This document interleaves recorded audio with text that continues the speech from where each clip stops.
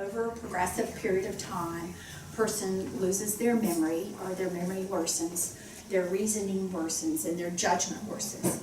So when we're used to having adult conversations with our friends, our colleagues, or whatever, when you're working with someone who can have good judgment and good reasoning, logic is often our fault, what we fall to. That isn't going to always work with people with dementia.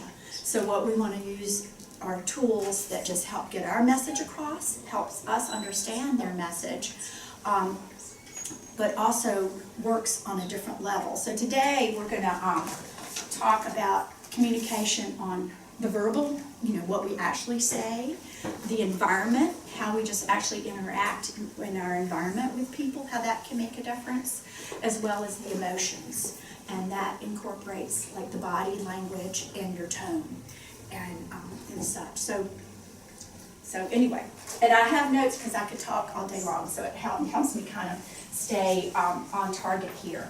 So let's kind of start with the easy part in terms of communication and talk about just your environment. Right? Can everybody hear me? Yes. Okay. So that's one sound check on environment. But for people with dementia, because it's hard for them to have multiple things going on and having overstimulation, what you want to do is minimize distractions so that really all they're hearing, if you're trying to communicate, is your voice. So when I used to visit our clients, some people have that infernal television going on all the time. Or, oh, he loves music, so we have music going on all the time. Well, maybe they did 10 years ago, but they might not now.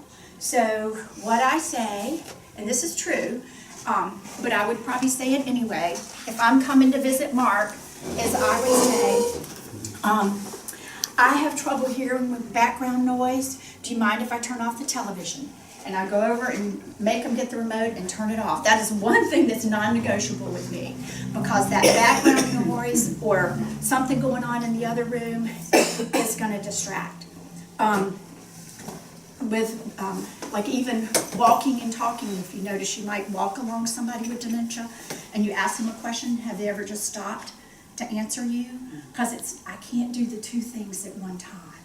So also in America, it's different in different cultures. Pick on you, Mark, hope that's okay. To get someone's attention and to have their full attention is about this distance, and because you can see me, and you can hear me better, and also I can reach over and touch you if I need to. Not too close, not too far. Well, our living rooms are not always set up that way. Because we have the sofa over here, we have the recliner over here, or da-da-da. So I don't know if y'all are caring for parents or spouses or whomever, but if you're lounging on the sofa and they're in that recliner, if Lori's in the recliner, that might be too far. Now, early stage in the disease, that might be fine. But if I really want Laurie to hear what I'm going to say, I'm going to need to get one of those kitchen chairs or dining room chairs and put it next to the recliner or wherever her normal place is for sitting, and make it so when I'm having a conversation, she's going to be able to hear me and see my face, because she's going to miss some of the words I say over time. As the disease progresses, you're not hearing the full sentence. So, but looking at me and maybe touching her, getting her attention, she can read my face as well. So sometimes it's like telling my husband when we're having a conversation in the kitchen and I go upstairs to get something and he starts a new conversation, I don't get it. So you have to be physically present and visually present. Some of our folks don't have good vision, so even the touching and being close, they can still read your tone through that. So it takes time to set that up sometimes. The example is one of our volunteers went to visit one of our folks that we always do an assessment and see them first. And she came back and I said, how'd it go? She went, oh, it was terrible. Because she wouldn't talk to me and the television was going and her husband was embarrassed, so he talked to me the whole time. And I said, I knew where it was because I'd been there. I said, did you sit in the good chair? Did they make you sit in the good chair? And she said yes. And was,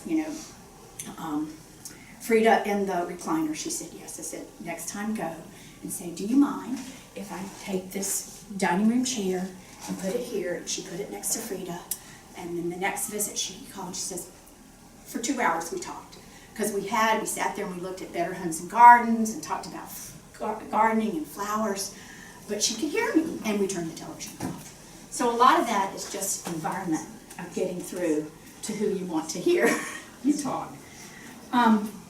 The other is, all right, let's see. Okay, I'm going to pick on John. So, John, no, you go ahead. You're my husband today, just okay, but you have dementia. Now we're going to the doctor today. Do you cook?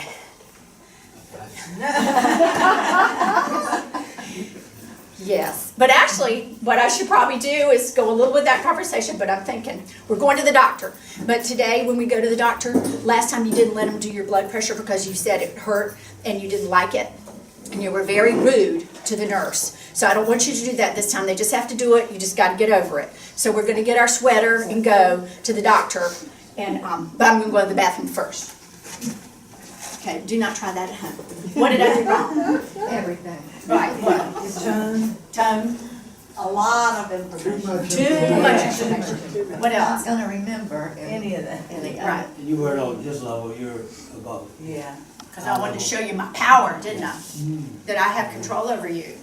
And that doesn't go across well. You did, luckily you didn't hit me or anything. Force of it. What else did I do wrong? I named 2 or 3 times the negatives. Yeah. I brought up what he did wrong, and don't do it again. Don't ever say that. Don't say the negatives. Don't remind people. My dad died of Parkinson's and dementia, and one time when they were giving out medicines, the nurse said, now last time I tried to give you your medicine, you didn't want to take it, and I'm like, why do you remind him that? Why put the idea back in there? Always say the positive. Say what you want. Don't say the negative. Another is tell people what you want of them. The words be careful are just totally meaningless, really. Like, what does that mean? So if someone's sitting at the table and you don't want them to spill their drink, say, place your cup on the placemat. Or if you don't want them to fall, who wants to fall? Nobody wants to fall. So you don't have to tell somebody don't try to fall. Is, when you're getting up, grab your walker, put your walker here. Give the positive instructions of what you want, not the negative. Now granted, you don't always get the results you want, but at least you're getting some positive interaction. The other is when you're trying to have, telling John information, but the other is sometimes you want to ask a question and see what they want. The hard thing with dementia is you lose initiative as the brain kind of robs you of some of that. He used to love to go fishing. Now he never wants to go. Or she used to love to go shopping, and now she doesn't want to go. And it might be because it's just kind of hard to think about shopping. Last time I went, I was worried where are the bathrooms, or I can't remember what we were looking for, or I got tired, or I just can't remember where we're going and when we're coming home, so it's just better to not go. It's just, no, I don't want to do that today. I didn't sleep well last night. I don't need to do that. So if you're trying to get somebody to do an activity that they're not, now, let me take that back. There are times when the broken record is, I want to go to McDonald's. I want to go to McDonald's. And, they would go 7 times in a day because that's broken in there. Now, sometimes that activity, I want to play checkers, is in there. And so you have to nurture that to the right way and not overdo it. But for some people, they have an activity in mind. But for those where you're trying to get them to do something, is you're going to give them 2 choices that are valid. Try to avoid the yes/no questions. Do you want to go shopping? Do you want to go for a walk? Because if they say no, if you're going to be respectful, then you have to say, okay, we'll go for a walk. And you're like, great, I'm supposed to get them outside, and the doctor says they're sitting too much, So what you're going to do is think ahead, this takes time, and come up with 2 valid suggestions. It's great outside. I'd love to be outside. I'd like to go for a walk or change the bird feeder and see if they pick one of the 2. And I do this for a living, and I forget because you just get into automatic speech sometime. I go to visit my dad who has dementia, and I say, do you want to go visit Aunt Jane? No, I just saw her. It's like, oh, stupid me. Because one, I know he hadn't just seen her, and it's like, so I have a little monologue, about how life's going and what the kids are doing, and, sort of let a little time go by, and then you try again. And I say, Dad, I'd like to go visit Jane. I'd love you to come with me. Will you give it a try? Sure. So, at least in the South, when people ask nicely, will you come along with me or will you give it a try? It makes it a little more easy to say yes, because they're pleasing you, or they're not having to think up something, because they might not want to do it, but you're asking them, will you come along with me? So sometimes it's waiting 15 minutes and re-asking the question, just in a different tone or a different way. The other is waiting, and caregiving takes time, is waiting for the response. If I ask Connie, do you want to go for a walk, or do you want to feed the bird feeder?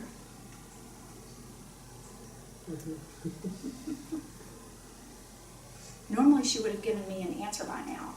But really, for somebody with dementia, you might want to wait 10 whole seconds, which feels like an eternity.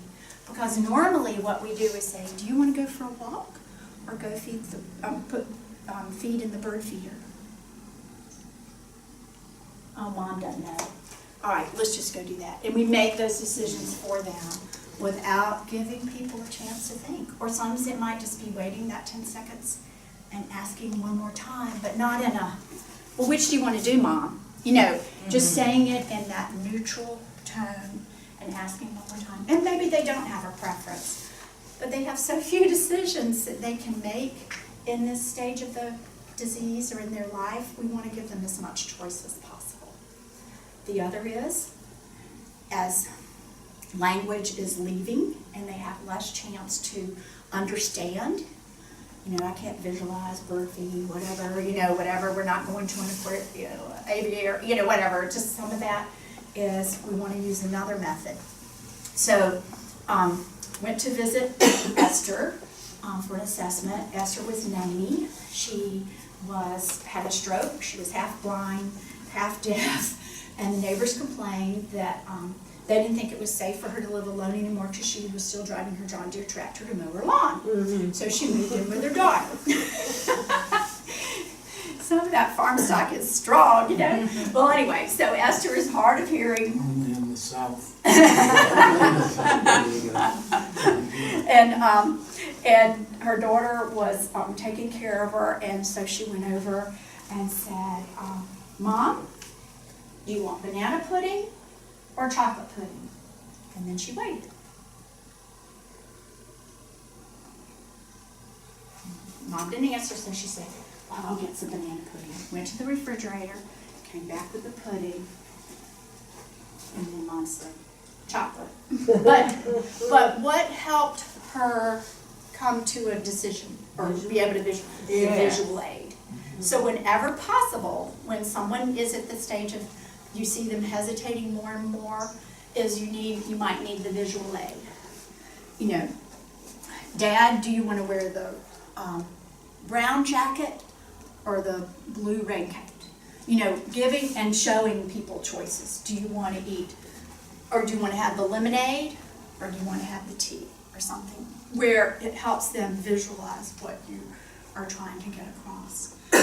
As the disease progresses, it is harder and harder for them to understand all the words or to pull an abstract thought out. So visual cues, even like, Mom, we're going to go upstairs and brush your hair. Just even that type of thing is a help for helping people. We're going to brush our teeth, for helping people understand what you're saying.